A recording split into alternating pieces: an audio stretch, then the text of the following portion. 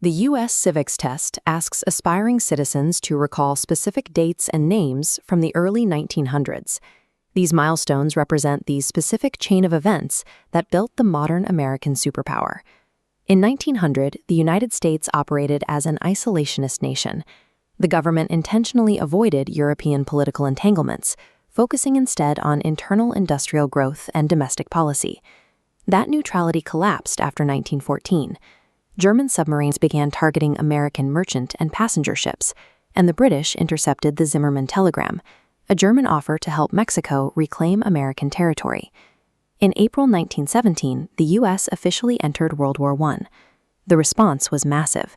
The government mobilized 4 million men to fight on European soil, transforming a small standing army into a global expeditionary force in just months. While soldiers fought abroad to make the world safe for democracy, the scale of the mobilization highlighted a glaring contradiction. The government was drafting citizens to fight for freedoms they didn't fully possess at home. As women stepped into wartime factory and office roles, the movement for voting rights accelerated. Suffragists organized marches and spent years picketing the White House, using civil disobedience to demand political equality.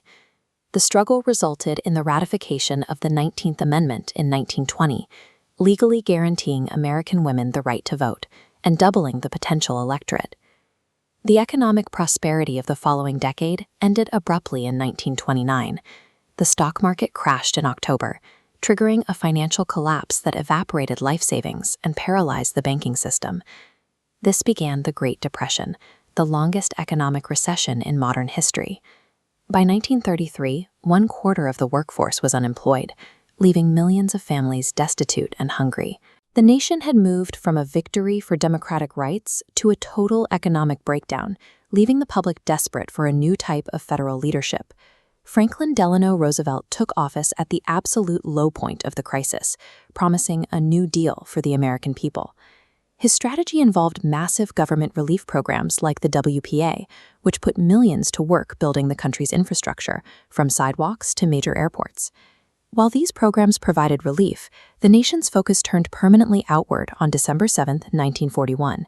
Imperial Japanese forces killed over 2,400 people in a surprise strike on the Pacific Fleet at Pearl Harbor. The U.S. declared war on the Axis powers, and President Roosevelt ordered a total conversion of the American economy.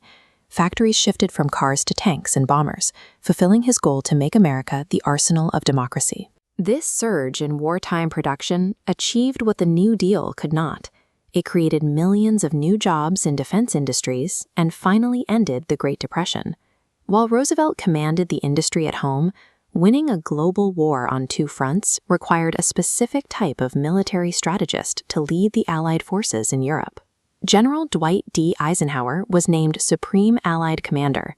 He was responsible for coordinating the complex, often conflicting interests of multinational generals and world leaders. Eisenhower orchestrated the D-Day invasion on June 6, 1944. He moved a massive force of men and machinery onto the beaches of France, initiating the liberation of Western Europe. This strategic success led to the Allied victory in 1945. Eisenhower's leadership in the field secured his reputation at home, eventually leading him to the presidency 8 years later. By 1945, the United States occupied a position it had spent the previous century avoiding. It entered the 1900s as an isolationist republic and emerged from the conflict as an undisputed, nuclear-armed global power. The civics test focuses on these events because they map a 45-year chain reaction. These names and dates aren't random. They represent the precise moments when American society was forced to rebuild itself. Becoming an American citizen today means inheriting this legacy, the story of a nation that navigated total economic collapse and global war to define the modern world.